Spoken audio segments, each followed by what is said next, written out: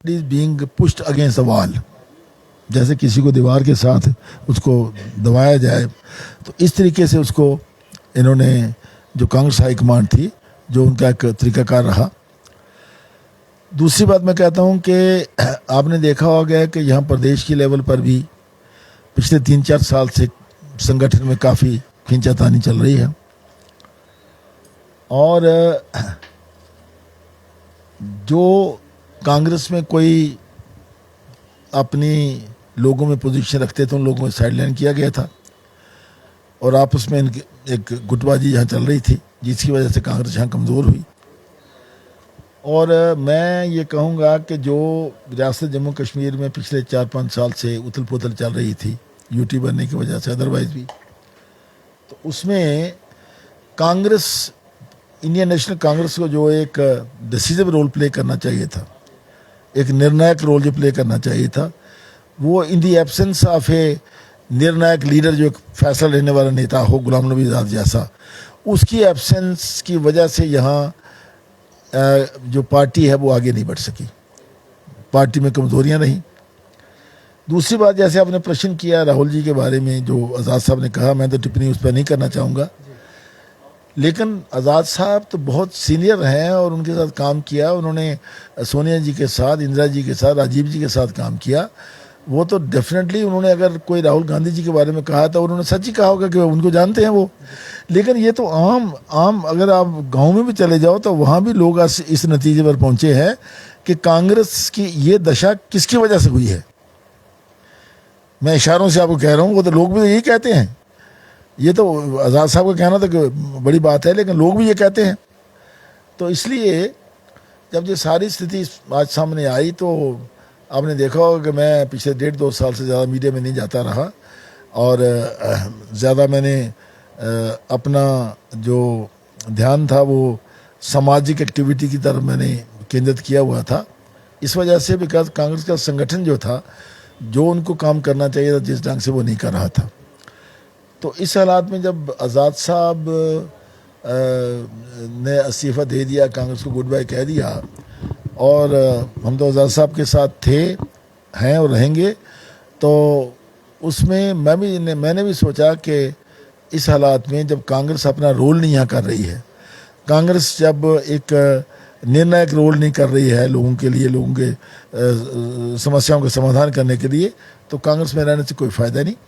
और मैंने भी जो एक लेटर जो था वो सोनिया जी को लिखा, जिसमें मैंने ये बताया कि मुझे ठीक है, मैं कांग्रेस में रहा, बड़ी देर से एसोसिएट था और मैं कांग्रेस की नीतियों के मुताबिक काम करता रहा, लेकिन एक स्टेज जब आ गया है इस समय कि मेरा कांग्रेस में रहने से मैं नहीं समझता कि मैं कोई कंट्रीब्यूट कर पाऊँगा इस हालात में, जो यहाँ संगठन की पोजीशन है, पार्टी की पोजीशन है, जहाँ जो हाईकमान की पोजीशन है। तो इसलिए मैंने भी अपना इस्तीफ़ा जो है वो सोनिया जी को भेज दिया। अभी एक तो ये शिकायत लगाई जा रही है राजनीति की बात करें तो, क्योंकि राजनीति के एक बड़े नेता हैं, गुलाम नबी आज़ाद की बात माने तो जम्मू कश्मीर के एक बड़े चेहरा हैं, ना सिर्फ जम्मू की जनता बल्कि कश्मीर की जनता भी उन्हें काफ़ी प्यार करती है। बिल्कुल बिल्कुल, देश के अंदर काफ़ी लोकप्रियता उनकी है। मैं एक चीज़ जानना चाहता हूँ, क्योंकि अब राजनीति के अंदर रहना है तो किसी न किसी पार्टी के अंदर तो रहना पड़ेगा, या फिर अपनी एक नई पार्टी होनी चाहिए। तो जिस तरीके से अब साफ पिक्चर जो है नजर आ रही है कि ना तो किसी पार्टी, ऐसी कोई पार्टी तो है नहीं कि जो जिनके वो जाएंगे, क्योंकि वो अपनी खुद की पार्टी जो है बना सकते हैं। ऐसे क्यास और ये सोर्सेज जो है वो साफ तौर पर कह रहे हैं कि वो अपनी पार्टी का भी निर्माण कर सकते हैं। क्या आरएस चीफ उस पार्टी का एक अहम हिस्सा होंगे, क्योंकि आज तक आप कदम से कदम मिलाकर उनके साथ जो है वो चले हैं? देखिए, ऐसा है, गुलाम नबी आज़ाद अगर सभी पार्टियों को ले लें जम्मू कश्मीर में, गुलाम नबी आज़ाद एक वाहिद लीडर है जिनकी एक्सेप्टेबिलिटी कश्मीर में भी है, जम्मू में भी है और लद्दाख में भी है। हालांकि लद्दाख अब अलग यूनियन टेरिटरी बन गई हमसे, और आज़ाद साहब क्या फ़ैसला करते हैं मैं नहीं जानता, मेरा कोई इस पीछे में कोई बात नहीं हुई। लेकिन ये ज़रूर है कि गुलाम नबी आज़ाद का जो माजी है, जो 40 साल का पॉलिटिकल इतिहास है, आज़ाद साहब उसको ज़ाया नहीं होने देंगे, और लोगों की समस्याओं का समाधान करने के लिए वो लोगों के साथ जुड़े रहेंगे। अब लोगों के साथ जुड़ना, उनका आगे बढ़ना, उनके लिए काम करना, वो कौन सी शैली को अपनाते हैं, कौन सा तरीकाकार करते हैं। लेकिन मैं इतना ज़रूर कहूँगा कि मैं आपने 1.5-2 साल से देखा होगा मेरे जितने भी इंटरव्यू आए हैं, मैं आज़ाद साहब के साथ था, आज़ाद साहब के साथ हूँ, और जो भी वो निर्णय करेंगे, जो भी फैसला करेंगे, हम उनके साथ चलेंगे।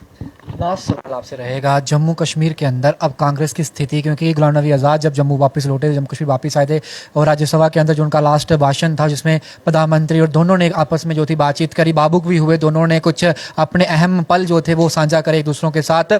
उसके बाद ये बताया जाता है कि जम्मू कश्मीर के अंदर अब कांग्रेस जो है काफ़ी मजबूत होगी, क्योंकि गुलाम नबी आज़ाद साहब वापस आ गए हैं, एक नई रणनीति बनाई जाएगी। लेकिन दो खेमे नजर आए, पहले भी कई उनके खेमे के कई ऐसे जो उनके सपोर्टर्स थे, उन्होंने कहा कि हम रिजाइन देंगे, फिर बाद में कहा कि नहीं सब कुछ ठीक चल रहा है। ये तमाम चीजें सामने से ही नजर आ रही थी। लेकिन जिस तरीके से आज उन्होंने कहा है, आपको लगता है कि अब कांग्रेस जो है उसकी स्थिति मजबूत है, जब बाकी जमीन पूरी तरह से खिसक चुकी है आज जम्मू कश्मीर के अंदर?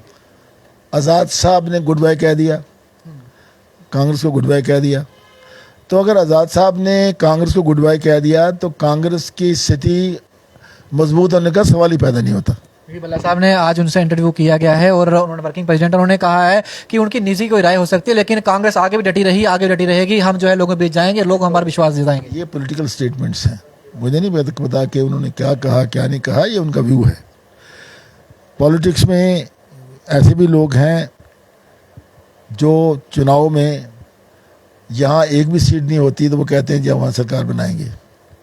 तो पॉलिटिक्स में तो कोई ये नहीं कहता कि मैं कमज़ोर हूँ, उनका कहना क्या है। लेकिन मैं ये कहूँगा कि गुलाम नबी आज़ाद जब कांग्रेस से उन्होंने गुड बाय कह दिया, कांग्रेस से वो बाहर आ गए हैं, तो मैं नहीं समझता कि कांग्रेस की स्थिति जो है मजबूत है, बल्कि मैं समझता हूँ कांग्रेस कहीं नहीं है। बिल्कुल गुलाम नबी आज़ाद के बिना जम्मू कश्मीर में कांग्रेस बिल्कुल ना के बराबर है, मैं ये कहूँगा। ये मेरा बिल्कुल एक फर्म बिलीफ है। तो इसलिए किसी का ये कह देना कि हमें कोई फ़र्क नहीं पड़ता, ये नहीं होता या वो नहीं होगा, तो ये उनका अपना फैसला है। इस्तीफा दिया गया, इस्तीफे में बातचीत गुलाम नबी आज़ाद जी से आपकी हुई है? सुबह से कोई बातचीत उनके साथ हुई है? कुछ दिनों कुछ बातचीत आपके साथ हुई? उन्होंने आपसे बताया था कि मैं रिजाइन दे दूंगा, या एक उनका अपना डिसीजन, उसके बाद आपने अपने डिसीजन से लिया? ये पॉलिटिकल बातें होती हैं। मैंने अभी संपर्क नहीं कब हो पा रहा उनसे बातचीत? संपर्क हुआ है, मेरा संपर्क हुआ है। मैंने उनको नॉर्मली ग्रीट किया है कि आपने एक फैसला लिया, एक अच्छा फैसला है, और हम आपके फैसले के साथ हैं। मेरी इतनी बात हुई है, इससे ज़्यादा कोई बात नहीं हुई। मुलाकात का कोई हुआ है कि कम कर रहे हैं? क्योंकि तमाम लोग सुनने में आया कि आपके साथ कुछ और लोग भी हैं, 4 से 5 लोग हो रहे हैं जिन्होंने इस्तीफा दे दिया। सुना है मैंने, मेरे संपर्क में कोई ज़्यादा लोग नहीं हैं, लेकिन मैंने सुना है मीडिया के माध्यम से कि कुछ लोगों ने त्याग पत्र दिया है, और ज़रूर दिया होगा जो आज़ाद साहब की लीडरशिप को मानते हैं और जो ये महसूस करते हैं कि आज़ाद साहब के बिना कांग्रेस कुछ भी नहीं है, उन लोगों ने इस्तीफा दिया होगा। लेकिन मेरी जो उनसे बात सिर्फ इतनी है कि हमने नॉर्मली जो एक सोशल होते हैं ग्रीटिंग जो है वो एक्सचेंज करी है। उनको मैंने सिर्फ हालचाल पूछा है और मैंने कहा ठीक है, जो फैसला आपने किया अच्छा फैसला, वो आपके साथ है।